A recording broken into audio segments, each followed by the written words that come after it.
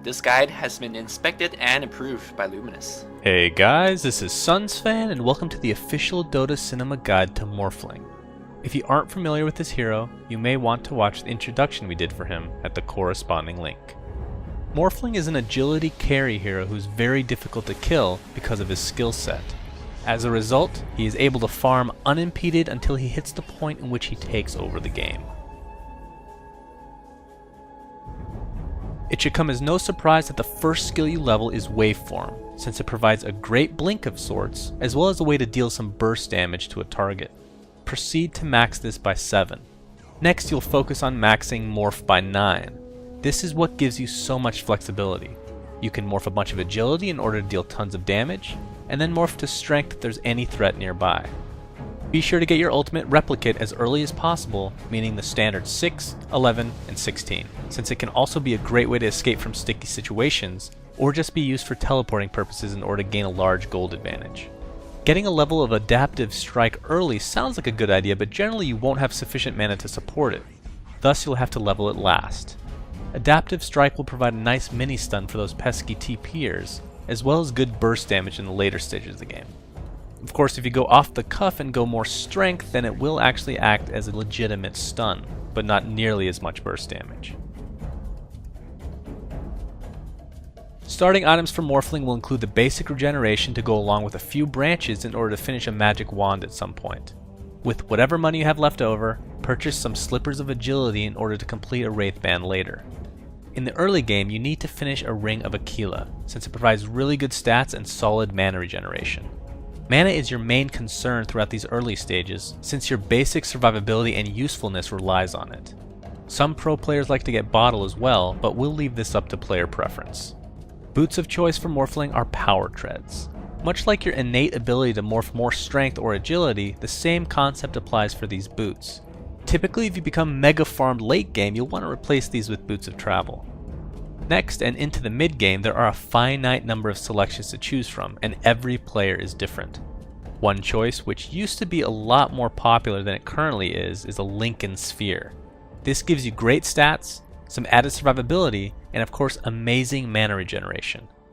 If that's not what you're looking for, or you're just looking to add something in addition to the Lincolns, the next item is almost always going to be Ethereal Blade. This, in combination with how much burst damage you deal, will become devastating for those low HP heroes. This is called the Morphling Shotgun build. Into the late game, a Manta style is great as both a mix of DPS and tankability thanks to the stats gained. A BKB could also be needed depending on who you're going up against. As a luxury item, an Eye of Skadi is amazing on Morphling.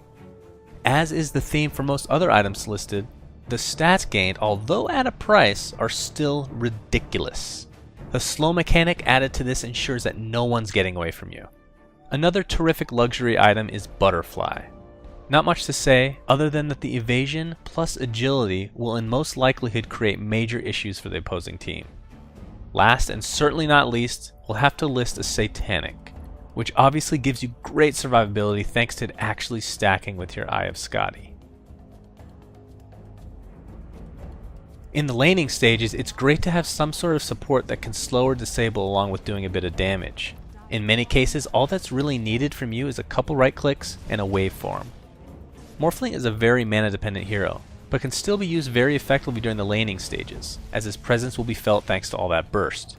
Speaking of waveform, we know it provides great initiation and burst damage, but it'll also allow you to easily disjoint most attacks and spells. You also will not lose control of Morphling while you're in waveform, which pros like to take advantage of when TPing. What they do is waveform into the trees and TP while they're still waveforming.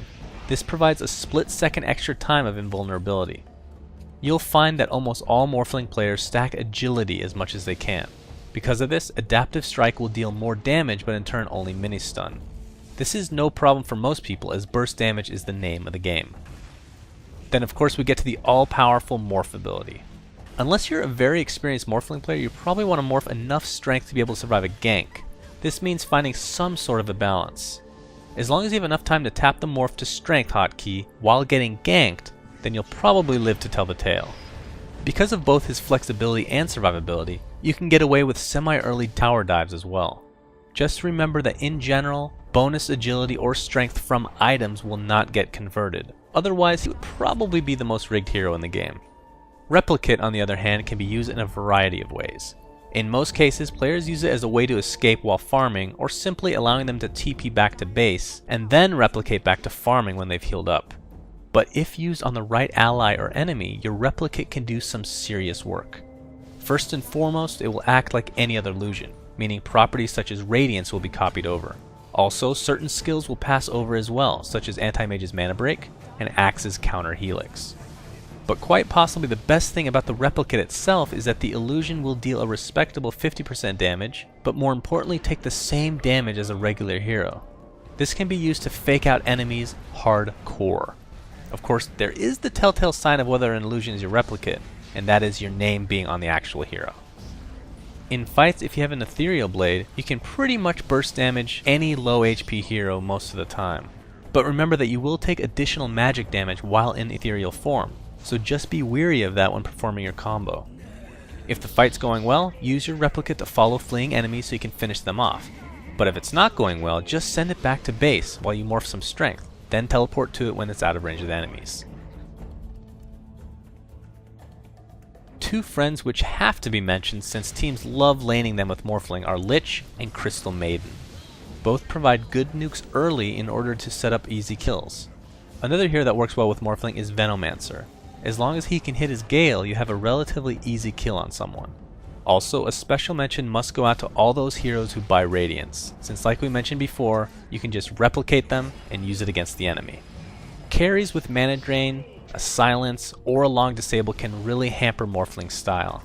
Some heroes that fit this bill are Anti-Mage with his Mana Break, Void with Chronosphere, Riki with his Smokescreen and eventual Diffusal Blade, and even Dragon Knight with his Dragon Tail. Lastly, we have to mention Doombringer's Doom, although come to think of it, he kind of counters everyone. Thanks for watching, guys, and please remember to subscribe to our YouTube. Also, a big thanks to Flawless and Luminous who helped create this guide. You can check them out at their YouTube channels, which are linked in the video description.